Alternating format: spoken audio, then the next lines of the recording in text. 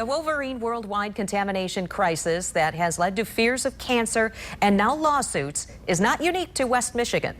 In fact, more than a decade ago, the same kind of panic spread through the Ohio River Valley. Target 8 investigator Ken Kolker and photojournalist Bilal Kurdi went to Parkersburg, West Virginia to see what lessons were learned there. They're joining us live tonight from the place where people have been dealing with this issue for nearly 2 decades. Ken?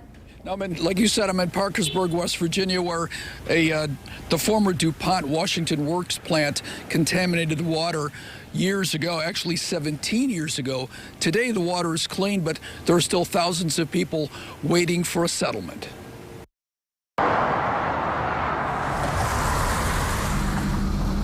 This part of the Ohio River is dominated by smokestacks and railroad cars. The water divides West Virginia from Ohio. It was here in Parkersburg that DuPont made Teflon, the stuff to keep eggs from sticking, with a chemical known as PFOA, or C8. It ended up in the public water supplies for miles downriver. There's nothing could compensate you for what happens when they remove part of your body. And you have to live with that forever.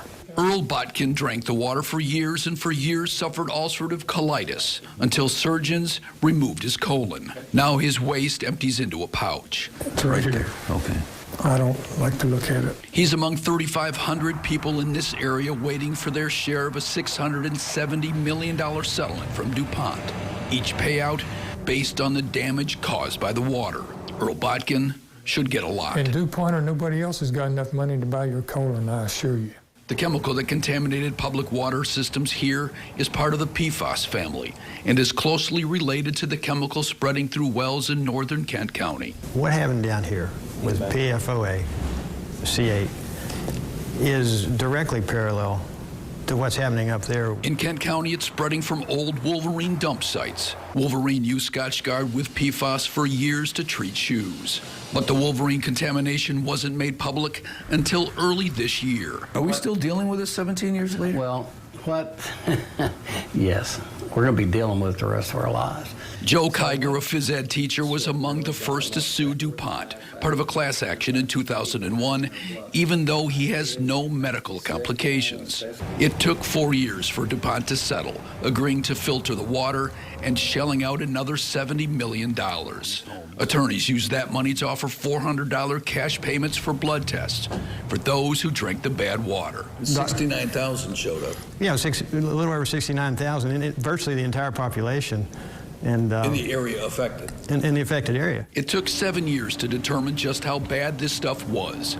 Probable links to testicular and kidney cancers, ulcerative colitis, thyroid problems, high cholesterol, and hypertension in pregnancy. Anyone around here with those conditions was able to be part of the $670 million settlement. How bad is this stuff? Bad. It's the most dangerous pollutant that the world's ever seen. And every warm-blooded animal on this planet, including the polar bears, and have all got it in their blood. Everybody. Everybody. It was Dr. Paul Bricks who helped oversee the blood testing. It's everywhere. And it's some of the highest numbers I saw was up in your part of the country. The most tainted water supply on the Ohio River hit 10,000 parts per trillion. In Kent County, one private well near Wolverine's old House Street dump came in almost 4 times higher. There's a woman across the street who has 38,000 parts per trillion. Whew. Oh my God.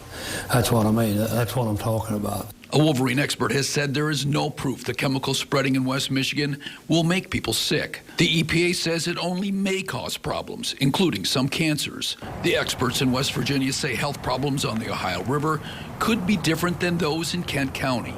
West Virginia studied just PFOA. Tests in Kent County have found both PFOA and PFOS. But if you look at them chemically, and they're the way they are, I don't think there's any question that, you know, they may have a little bit different pathways in the body. They may affect things a little differently, you know, because of the different radicals like sulfa or the acetate or whatever.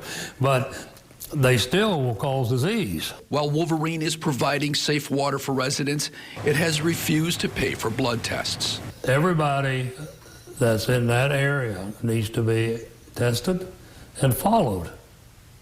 Blood tested. Yeah, blood tested and followed. There's not a happy ending. If they've poisoned your water, there is no happy ending to this.